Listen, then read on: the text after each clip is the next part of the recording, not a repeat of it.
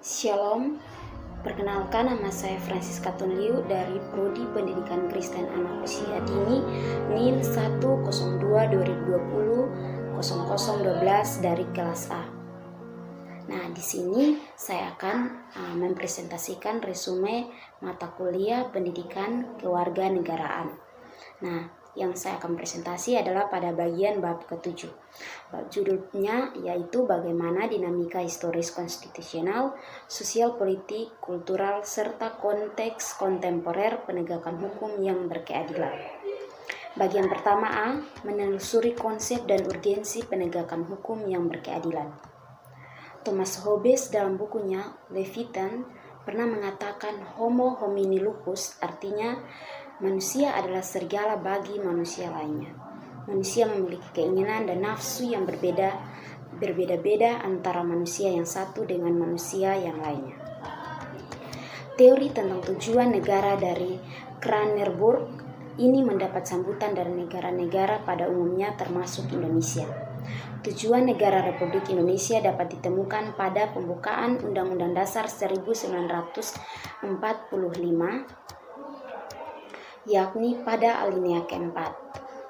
Dari bunyi alinea keempat, pembukaan UUD Negara Republik Indonesia 1945 ini dapat didefinisikan bahwa tujuan negara Republik Indonesia pun memiliki indikator yang sama sebagaimana yang dinyatakan Cranenburg, yakni yang pertama, melindungi segenap bangsa Indonesia dan seluruh tumpah darah Indonesia.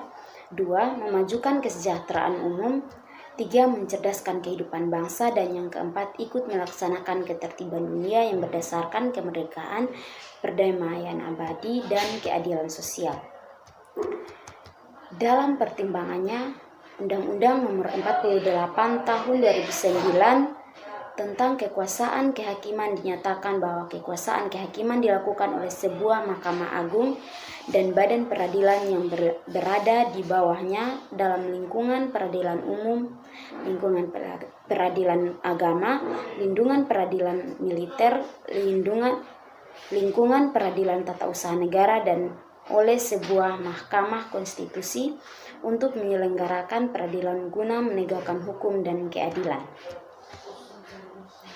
Dalam teori tujuan negara pada umumnya, ada 4 fungsi negara yang dianut oleh negara-negara di dunia. 1. Melaksanakan penertiban dan keamanan. 2. Mengusahakan kesejahteraan dan kemakmuran rakyatnya. 3. Pertahanan. Yang keempat, menegakkan keadilan. B. Menanya alasan mengapa diperlukan penegakan hukum yang berkeadilan.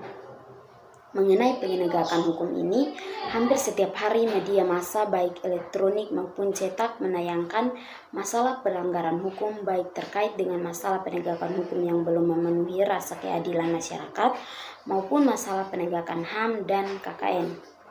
Pada bab 1 telah diungkapkan sejumlah permasalahan kehidupan bermasyarakat, berbangsa, dan bernegara.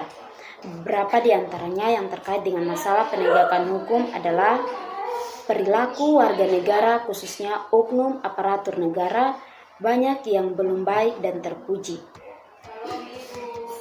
Yang kedua, masih ada potensi konflik dan kekerasan sosial. Yang ketiga, maraknya kasus-kasus ketidakadilan sosial dan hukum yang belum diselesaikan dan ditandatangani secara tuntas. Yang keempat, pelanggaran oleh wajib pajak atas penegakan hukum dan bidang perpajakan. Bagian C, menggali sumber historis, sosiologis, politik tentang penegakan hukum yang berkeadilan di Indonesia. Peraturan hukum mengatur hubungan antara manusia yang satu dengan manusia yang lainnya, di samping mengatur hubungan manusia atau negara atau warga negara dengan negara, serta mengatur organ-organ negara dalam menjalankan pemerintahan negara. Ada 2 pembagian besar hukum. Pertama, hukum privat ialah hukum yang mengatur hubungan antar manusia atau individu yang menyangkut kepentingan pribadi. Kedua, hukum publik ialah hukum yang mengatur hubungan antar negara dengan organ negara atau hubungan negara dengan perseorangan yang menyangkut kepentingan hukum.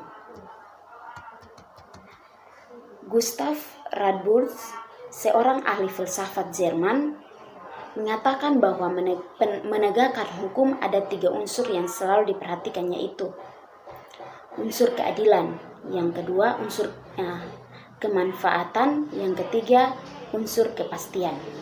Yang pertama, unsur keadilan. Keadilan merupakan unsur yang harus diperhatikan dalam penegakan hukum. Artinya bahwa dalam pelaksanaan hukum, para aparat penegak hukum harus bersikap adil. Yang kedua, kemanfaatan. Unsur ketiga dari penegakan hukum adalah kepastian hukum. Yang kedua adalah kemanfaatan. Selain unsur keadilan, para aparatur penegak hukum dalam menjalankan tugasnya harus mempertimbangkan agar proses penegakan hukum dan pengambilan keputusan memiliki manfaat bagi masyarakat. Hukum harus bermanfaat bagi manusia. Yang ketiga, kepastian hukum. Unsur ketiga dari penegakan hukum adalah kepastian hukum. Artinya, penegakan hukum pada hakikatnya adalah perlindungan hukum terhadap tindakan sewenang-wenang. Adanya kepastian hukum memungkinkan seorang akan memperoleh sesuatu yang diharapkan. Dalam rangka penegakan hukum, aparatur penegak hukum harus menunaikan tugas sesuai dengan tuntutan yang ada dalam hukum material maupun formal. Pertama, hukum material adalah hukum yang memuat peraturan-peraturan yang mengatur kepentingan dan hubungan-hubungan yang berupa perintah-perintah dan larangan-larangan. Kedua, hukum formal atau biasa disebut juga dengan hukum acara, yaitu peraturan hukum yang mengatur tentang cara bagaimana mempertahankan dan menjalankan peraturan hukum material. Hukum acara berfungsi sebagai sarana untuk menegakkan hukum material. 1. Lembaga penegak hukum. Untuk menjalankan hukum sebagaimana mestinya, maka dibentuk beberapa lembaga aparat penegak hukum, yaitu antara lain kepolisian yang berfungsi utama sebagai lembaga penyelidik, kejaksaan yang fungsi utamanya sebagai lembaga penuntut, kehakiman yang berfungsi sebagai lembaga pemutus atau pengadilan, dan lembaga penasehat atau memberi bantuan hukum.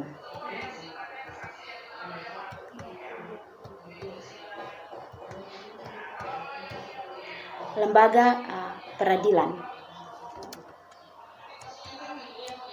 Dalam upaya penegakan hukum dan keadilan dan kebenaran, hakim diberi kekuasaan untuk merdeka dan menyelenggarakan peradilan. Artinya hakim tidak boleh dipengaruhi oleh kekuasaan-kekuasaan lain dan dalam memutuskan perkara. Yaitu 1. Lembaga peradilan, yaitu peradilan agama. Peradilan agama. Yang kedua, peradilan militer. Yang ketiga, peradilan umum, terdiri dari pengadilan agama negeri, pengadilan tinggi, dan pengadilan tinggi tingkat kasasi.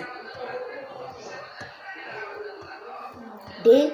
Membangun argumen tentang dinamika dan tantangan penegakan hukum yang berkeadilan. Masih banyak perilaku warga negara, khususnya oknum aparatur negara yang belum baik dan terpuji. Terbukti masih ada praktik KKN, praktik suap, perilaku premanisme, dan perilaku lain yang tidak terpuji. Yang kedua, masih ada potensi konflik dan kekerasan sosial yang bermuatan sara, tawuran, pelanggaran HAM, dan sikap eksentris. Yang ketiga, maraknya kasus-kasus ketidakadilan sosial dan hukum yang belum diselesaikan dan ditandatangani secara tuntas. E. Mendeskripsikan esensi dan urgensi penegakan hukum yang berkeadilan Indonesia. Penegakan hukum bertujuan untuk mewujudkan peraturan hukum demi terciptanya ketertiban dan keadilan masyarakat. Nah, demikian presentasi resume bab 7. Sekian dan terima kasih. Tuhan Yesus memberkati.